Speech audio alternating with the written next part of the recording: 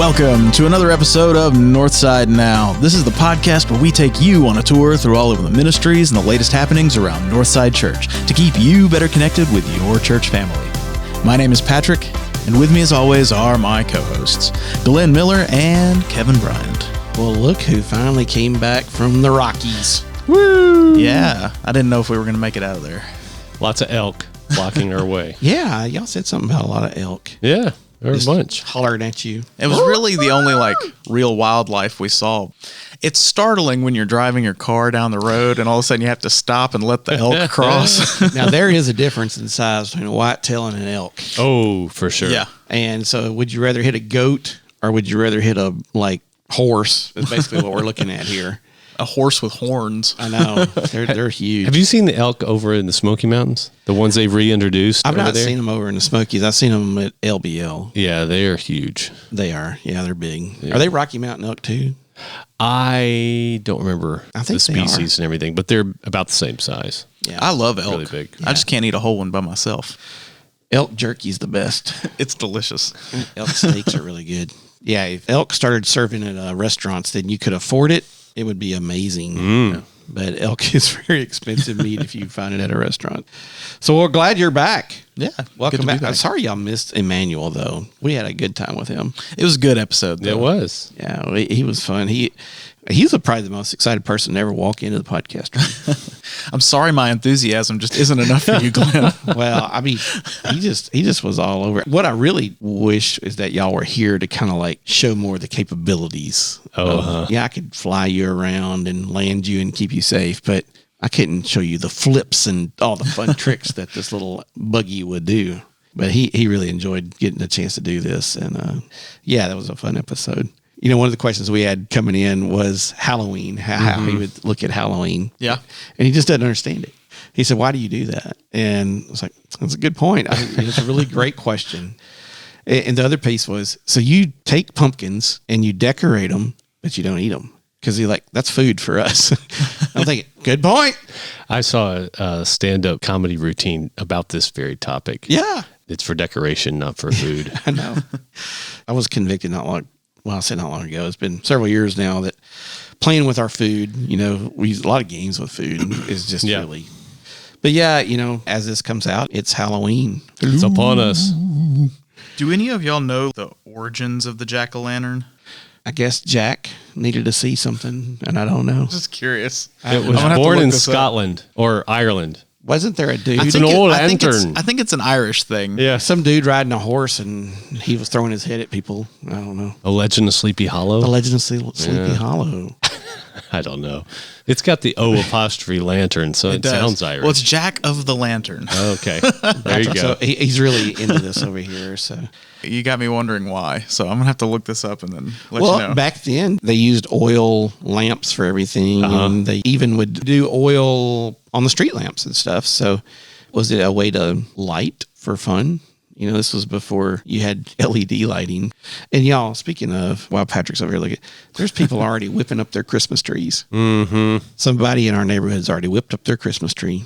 I'm not saying ours won't be done by the end of this weekend, but... How does that work? So they celebrate Halloween in August and then put up their tree in October. I think everything's just pushed forward. Just do Christmas year round now.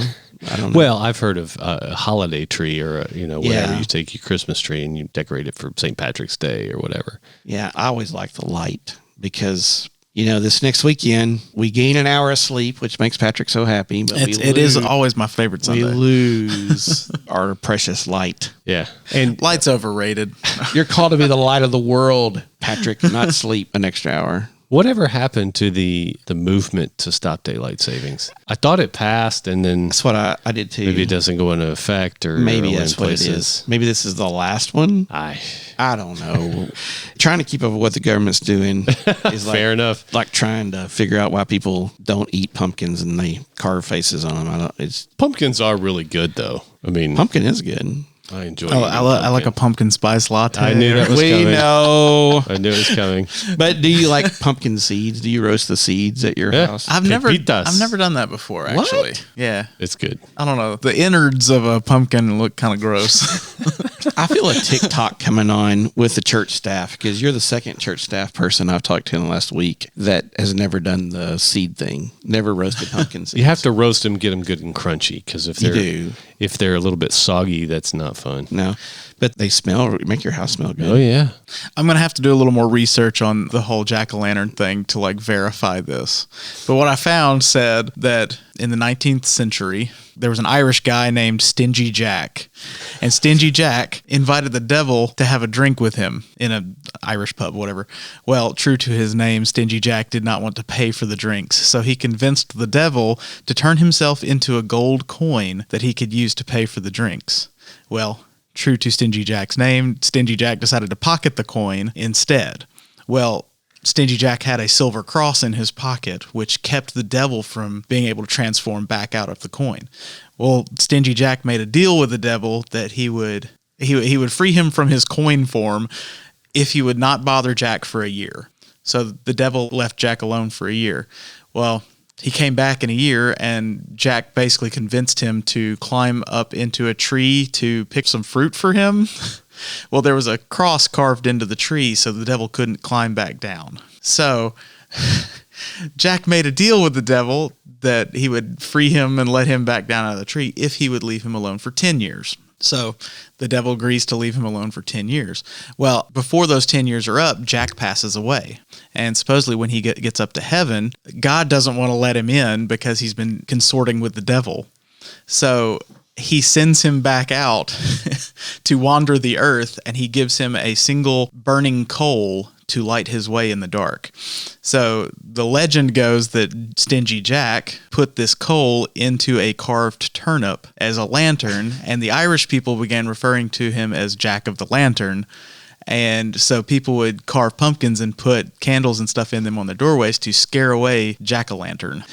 Wow. Well, the good news is my name's not Jack and it's not Johnny, so I don't have to worry about fighting the devil for a violin or a fiddle, and I don't have to worry about it. So, yeah.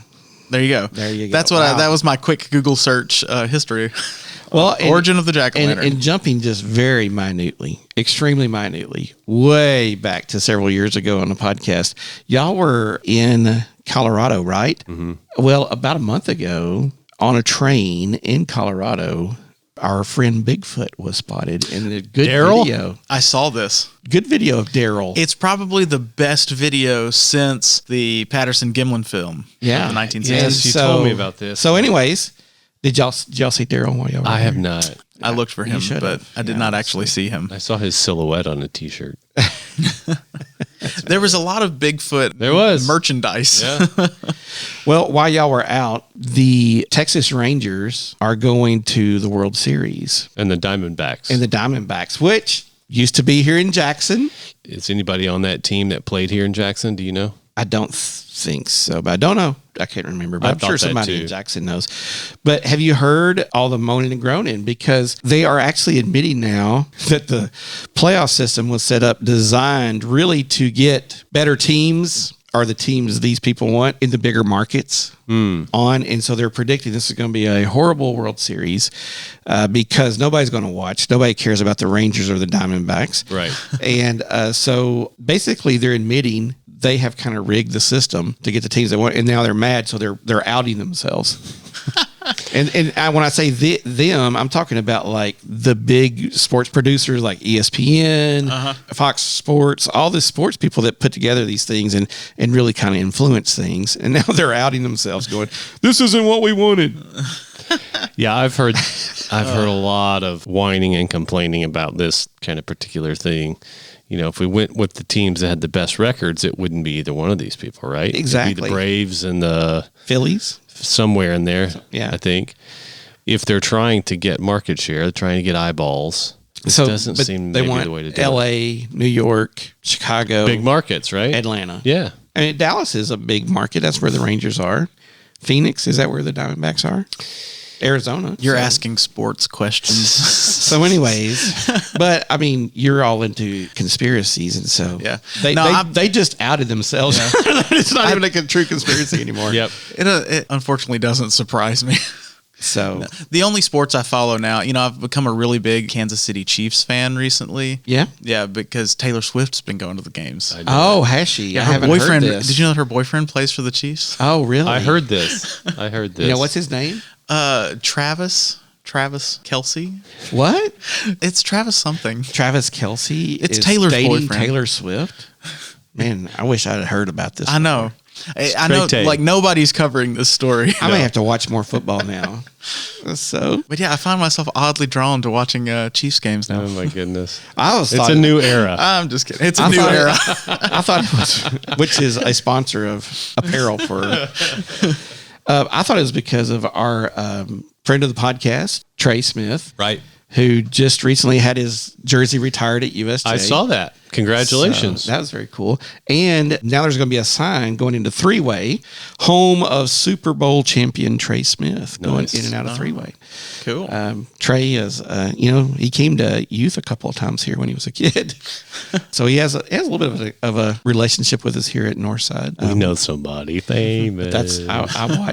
I watch the Chiefs because of Trey, and unfortunately, there's a blonde girl they keep showing all the time on those games. Well, the conspiracy behind this one. Right? Oh, I don't want to hear it. I mean, she's probably just getting ready to write some more songs. The NFL is involved. Yeah, And money. yeah. So they're going to be like Major League Baseball. This isn't the team we wanted. We wanted Taylor to date someone else. Well, no, the conspiracy is that it's sort of like the whole Disney and Frozen thing. Have you heard this? Okay, so Walt Disney supposedly was cryogenically frozen, right? So they could bring him back. Yeah. So they made the movie Frozen so that when you Googled Disney and Frozen, the movie would come up, not the story about him being cryogenically frozen, right? So supposedly Taylor Swift did the same thing because she was getting a lot of heat because of the carbon emissions from her private jet. But now if you Google Taylor Swift jet, stuff comes up about her and Travis Kelce, not about her private jet. She should have dated somebody on the Jets team. She should have, yeah. Like Aaron Rodgers. Oh, that'd have been a good one. Wouldn't it? Then that would have gone back to like Troy and Achilles when his I'm telling Achilles you. ruptured. Lots of. Supposedly. Yes. Yes. Yeah. Isn't it funny that sports, you can't just go out and play a game. If somebody wins, someone loses, and it's the end of the day. Yeah. Those days are over, I guess. Yes. Someone sent me a thing the other day where 4-year-olds had gotten those big Super Bowl rings for winning like a little 4-year-old kickball or soccer thing. That's crazy. That's a little ridiculous. That's Wow. yeah. Too far. So here we are at the 1st of November. Don't forget to set your clocks back there, Patrick. I know you want to get your hours. I got to get my beauty sleep. This doesn't just happen, okay? This takes work. It takes work. How about that Fall Fest this past time? It was good. A lot of cool costumes. Very festive. Glad to see some games back. Yeah. That was fun. It was fun. It was Yeah. fun. Miranda's figuring things out. Barbie wanted me to serve the little kids Swedish fish. What's wrong with Swedish fish? Have you bought Swedish fish? I have not, lately? In the large bag? I have not, no. Why does everything have to be so expensive, Everything's so Because expensive. Swedish fish should not be There's that a sugar The shortage. sugar shortage. Yeah. It's the shipping cost to get them here from Sweden. Oh, It's my the goodness. sugar shortage because of shipping. It's the shipping sugar shortage. Oh, no. Here we go. Well, we also have coming up this coming Sunday, and you may talk about this a little bit more in a little bit, but it's always a special time for us to remember back the saints from our church that have passed this past year. And I know everybody remembers those people in their lives that have passed on since this time last year. So it's always a special Sunday to do that. And maybe next week we can get that list and share that list here on the podcast as well. It's the little things like that, like All Saints Sunday, World Communion Sunday. Those are always kind of fun, this is a Native American month as well. And that goes back to some of the stuff to do with the first Thanksgiving, which was what month was the first Thanksgiving in 1621? Do y'all know? Well, I assume November since we celebrate No. Thanksgiving in November. It was in October. So October, 90 Native Americans from the Wampanoag people. That's the best I can do. And 53 survivors of the Mayflower did that. And that was funny because someone asked, actually, Emmanuel asked about Thanksgiving. Right. And so I had to go do some research and look that up and see. So why do we celebrate in November now? I don't know. Was it just so that like It was the only available week. it was the only available month, I guess? Like, we have Christmas in December, we got Halloween in October, we got to have something in November. Yeah, I mean, Hallmark needed something in November to have the holiday season. I'm going to have to do a little more armchair research. Well, that's why we're here, to keep you busy. I appreciate it. And all your stuff there. So that's pretty much what we got going on. We do have some really fun stuff coming up over the near future. We're going to have some great guests on. Some talking about some of the things you've heard about, like Christmas Mission Mart. And some of those folks will be in. We'll have some people in, hopefully talking about Light the Fire campaign. Mm-hmm. Is that right? Light the Fire? Lighting our future. Lighting our future. You're close. I always think of that song, Light the Fire in my soul. Oh, yeah. Speaking of songs, we will be having the great Christmas picks and choices. And so Christmas playlist. Our favorite Christmas playlist. We'll have to talk about a few rules. So we'll let y'all know about that, because I got to thinking about that. There's Christmas hymns. Mm-hmm. There's popular Christmas. We may need to even think about like my favorite chestnuts roasting over an open. What's that called? The Christmas song? So